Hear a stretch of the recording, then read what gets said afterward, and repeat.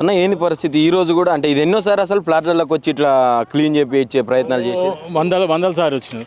ఎప్పుడు వస్తారు పోలీసు వాళ్ళు వస్తారు, వాళ్ళకే హెల్ప్ చేస్తారు. వాళ్ళు 100కి ఫోన్ చేయరు, ఏం లేదు, డైరెక్ట్ పోలీసు వాళ్ళు వాళ్ళకి ఫోన్ చేస్తారు, వాళ్ళు డైరెక్ట్ వచ్చేస్తారు. మీరు ఆపండి, తర్వాత చేసుకోండి, సీఏ పిలుస్తున్నాడు, సీఏతో మాట్లాడండి. మీరు పోతే మళ్ళీ అలా హోల్డ్ చేసి సాయంత్రం దాకా కూర్చోబెట్టి పంపించు బస్ అంతే. ఎక్కడ ఏం లేదు, మీ డాక్యుమెంట్లు అన్ని క్లియర్ ఉన్నాయి, కొంచెం ఆగండి, ప్రెషర్ ఉన్నది, అది ఒక్కటే మాట్లాడతారు. 706 ప్లాట్లు 150 కొన్నాడు, మేమేం చెప్తున్నాం, 150 తీసుకోరా బాబు, ఇది 150 తీసుకొని మీతో వదిలేసేయండి. మేము 83లో తీసుకున్నాం మేము ప్లాట్లు, 83 తీసుకొని మీ 150 తీసుకోండి, ఇంకెందుకు మమ్మల్ని సార్ మీకు లేకనా ఇక్కడ తీసుకొని ఏం చేస్తారు మీరు? అంటే ఈ 500 ప్లాట్లు కూడా మొత్తం ఆయన చేతులకు తీసుకోవాలని ప్రయత్నం అట్టి పోసారు. ఏదో మీరు అప్పుడు 83లో కొన్నా కదా, దాని రేట్లో నేను కట్టిస్తా, తీసేస్తే వెళ్ళిపోండి, మీకు రాదు. నడుస్తున్నాయి అట్లా అంటే మీతో మాట్లాడుతున్నారా బేరాలు? ఒక్కసారి ఇక్కడ ఉన్న వాళ్ళు చెప్తారు, ఇక్కడ ఉన్న వాళ్ళు గుండాలంతా చెప్తారు, మీరు అప్పుడు తీసుకున్నారు కదా ఆ రేటుకు తీసుకోండి, మీకు రాదు, సూర్యచంద్రుడు ఉన్నంత వరకు, మేము బతుకున్నంత వరకు మీకు రానే రాదు, అంగుళం ఇంచు రాదు మీకు. మాది పవర్, మేము మా రూలింగ్ పార్టీ, మా కాంగ్రెస్, ఇదే మాట్లాడతారు. ప్రేమ్ సాగర్ మనుషులు యాక్చువల్లీ ప్రేమ్ సాగర్ వాళ్ళ బామారి సత్యనారాయణ పేరు మీద ఉన్నది ఇదంతా. బియాండ్ ఈజ్ ఎమ్మెల్యే ఎప్పటి నుంచి 1983 2004 వరకు మంచిది సార్. 2000 వరకు ఫస్ట్ క్లాస్ ఉంది. మేము కట్టుకున్న కాంపౌండ్ వాళ్ళు, రోడ్డు ఇదంతా మేము వేసుకున్నాం అప్పుడు, పైసలు కలెక్ట్ చేసుకుని. దాని తర్వాత ఫేక్ పాస్బుక్ ఎంట్రీ చేసుకొని అప్పుడు ఎంటర్ ది డ్రాగన్ లాగా వచ్చిండు మాకు వచ్చి మా మీద దౌర్జన్యం చేసి 150 కొన్నాడు. ఆయనకి ఏం లేకుండా అప్పుడు. బట్టి విక్రమార్క ఎందుకు రక్షిస్తుండు?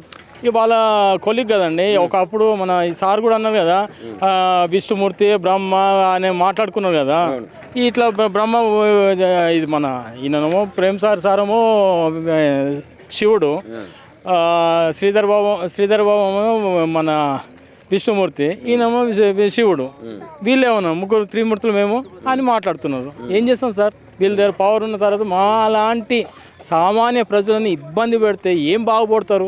ఇక్కడ కానీ ఎప్పటికైనా పోవాల్సిందే కదా, కట్టుకొని పోతారు ఎవరైనా చెప్తారా? కట్టుకొని పోతారా?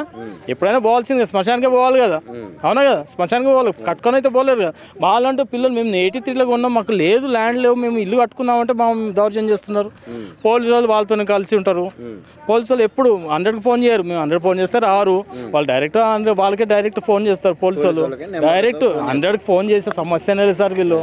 ఎందుకంటే వాళ్ళది ఉంటాయి కదా, మామూలు ఉంటాయి, అవి ఏవో ఉంటాయి, వాళ్ళ లావాదేవీలు చాలా ఉంటాయి కదా, దానికని వాళ్ళు తొందరగా వస్తాం. మేము బగారి మేము ఇచ్చుకోలేము, మేము చేయలేము, మేము ఇచ్చుకోలేము లేదు. మా పరిస్థితి ఇట్లా ఉంది సార్. 150 ప్లాట్లు, 200-300 గజాలు ఇంటూ 550 మేము కట్టుకుంటే కాలనీ ఇప్పుడు ఉన్నది. ఎప్పుడో రిటైర్ అయితే ఇక్కడ వచ్చి ఉందాం అనుకోండి. మాకు నేనైతే రెంట్ ఇంట్లో ఉంటా, అపార్ట్మెంట్లో ఉంటా, 20,000 కిరాయి. చాలా వరకు ఇప్పుడు ఈ 550 ప్లాట్లలో చాలా వరకు రెంట్ ఇంట్లోనే ఉన్నారు. చాలా మంది రెంట్ ఇంట్లో, కొంతమంది చనిపోయారండి, కార్గిల్ వార్లో పోయినారు, ఆస్తుంటారు, సైనికులు ఉన్నారు. మీ డిపార్ట్మెంట్ ఉంది, సిఏ మన పోలీస్ డిపార్ట్మెంట్లో ఉన్నాయి ప్లాట్లు ఉన్నారు, అడ్వకేట్లు ఉన్నారు, అందరు ఉన్నారు, సామాన్యులు ఉన్నారు, అందరు ఉన్నారు, గరీబ్ వాళ్ళు ఉన్నారు, సైకిల్ మీద వచ్చే వాళ్ళు ఉన్నారు అండి, సైకిల్ మీద వచ్చేటట్టు ఉన్నారు ఎవరైనా ఇప్పుడు. అలాంటి మనుషులు కూడా ఉన్నారు ఇక్కడ, లేడీస్ ఉన్నారు. ఏం చేస్తామండి సార్, మా బాధ, మా గోడు మనం చెప్పలేకపోతున్నాం. సీఎం సార్ ఎప్పుడు వస్తుందేమో, అరే మీతే తీసేసుకో, అవి వదిలేసే అని చెప్తే అయిపోతుంది కదా ఒక్క మాట. ఆయన లేకనా, ప్రేమ్ సార్ వాళ్ళకి లేకనా, డబ్బులు లేకనా, ఇంకేంది డబ్బులు సార్? సీఎం కూడా ఒక పక్క నేను పేదలకు చాలా దగ్గరగా ఉంటా, ఎవరికి మన ప్రభుత్వమే మొత్తం పేదల గురించి నడుస్తుందని చెప్తా ఉన్నాడు, ప్రజాపాలన అంటున్నాడు, ఇందిరమ్మ రాజ్యం తెచ్చిన అంటున్నాడు. మాకు వస్తే ఇందిరమ్మ రాజ్యం వచ్చినట్టు సార్, మాకు క్లియర్ చేస్తే మేము సంతోషం ఉంటాం. ఇందిరమ్మ రాజ్యం పెడతాం, మాకు వచ్చింది అనుకో, రేవంత్ రెడ్డి నగరాన్ని పెట్టుకుంటాం. మాకు వస్తే ఇందిరమ్మ రాజ్యం ప్రతి ఒక్కరికి ఏడొస్తుంది, ఎక్కడ వస్తుంది, మాకు వస్తే తెలుస్తుంది కదా సార్. ఎక్కడో వచ్చింది ఇందిరమ్మ రాజ్యం, మాకు ప్రజలు అది అంటే కాదు కదా, ఫ్రీ బస్సు అది అంటే కాదు కదా. కష్ట సుఖాలు ఏంటంటే రాజు అన్నప్పుడు ఏంటంటే వీళ్ళకి ఏముంది, రాజు అన్నప్పుడు ఏముంటుంది సార్, ప్రజల కష్ట సుఖాలు చూడాలి, వాళ్ళకి ఏం నడుస్తుంది అది చూస్తే మనకు తెలుస్తుంది.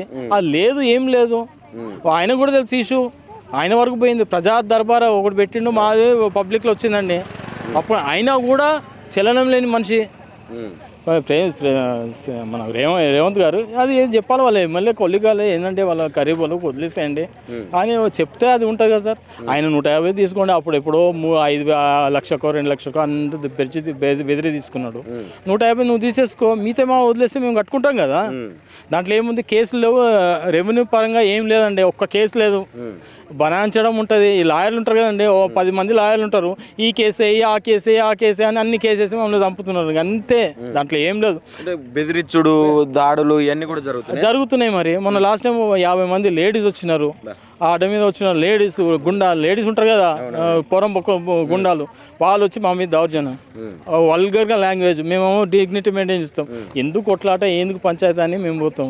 అది ఎట్లా ఏం చెప్దాం అనుకుంటారు ఫైనల్గా ప్రభుత్వానికి ఏం చేస్తారు, దయచేసి రేవంత్ రెడ్డి గారు మీకు దయచేసి మీకు పుణ్యం ఉంటుంది, మా స్థలాలు మేము కష్టార్జితం మేము గవర్నమెంట్ ల్యాండ్గా కప్ చేస్తలేం, మా కష్టార్జితం, మా రిజిస్ట్రేషన్ డాక్యుమెంటు మా కట్టడానికి ఇవ్వండి సార్. మీ ఎమ్మెల్యేకి చెప్పండి, మీ మనుషులకు చెప్పండి, ఏముందో కొంచెం చూడండి సార్. సపోజ్ మాది ఏం తప్పు ఉందనుకోండి మీరే తీసేసుకోండి, వదిలేసిపోతాము. మా డాక్యుమెంట్లో ఏమైనా ప్రాబ్లం ఉందనుకోండి మీరే తీసేసుకోండి, మాకు అవసరం లేదు. ఇక పోయింది అనుకుంటాం మేము, మాది జెన్యున్ ఉన్నది కాబట్టి మేము పోరాడుతున్నాము. దానికి మించి ఏం చేస్తాం సార్, ఇంతసార్లు చెప్తాం సార్. అసెంబ్లీకి పోయినాం, సెక్రటరీకి పోయినాం, అందరిని కలిసినాం, ప్రతి ఎమ్మెల్యే మినిస్టర్ ప్రతి ఒక్కరి దగ్గర పోయినాం. ఏం చెప్తాం సార్, దేవుని దండం పెట్టుకొని అంటే దేవుడు ఏడుండాలి సార్.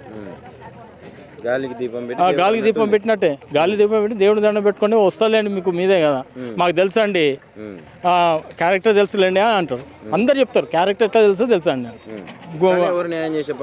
ఏం లేదు అస్సలు, ఎవరికి పట్టుంటా సార్, ఎవ్వరికి అసలు మనుషులకి పబ్లిక్కి నేను ఎన్నుకున్న సీఎం, యాజ్ ఎ సీఎం మేము ఏమైనా చేయాలని ఒకటి ఇంతనన్నా 10% ఒకటి మా 500 ప్లాట్లు కుటుంబాలను చేసినాం అనుకోండి, మేము ఎంతమంది చెప్పుకుంటాము, మా రేవంత్ రెడ్డి ఇంత చేసినారు అని మేము ఎంత చెప్పుకుంటాం.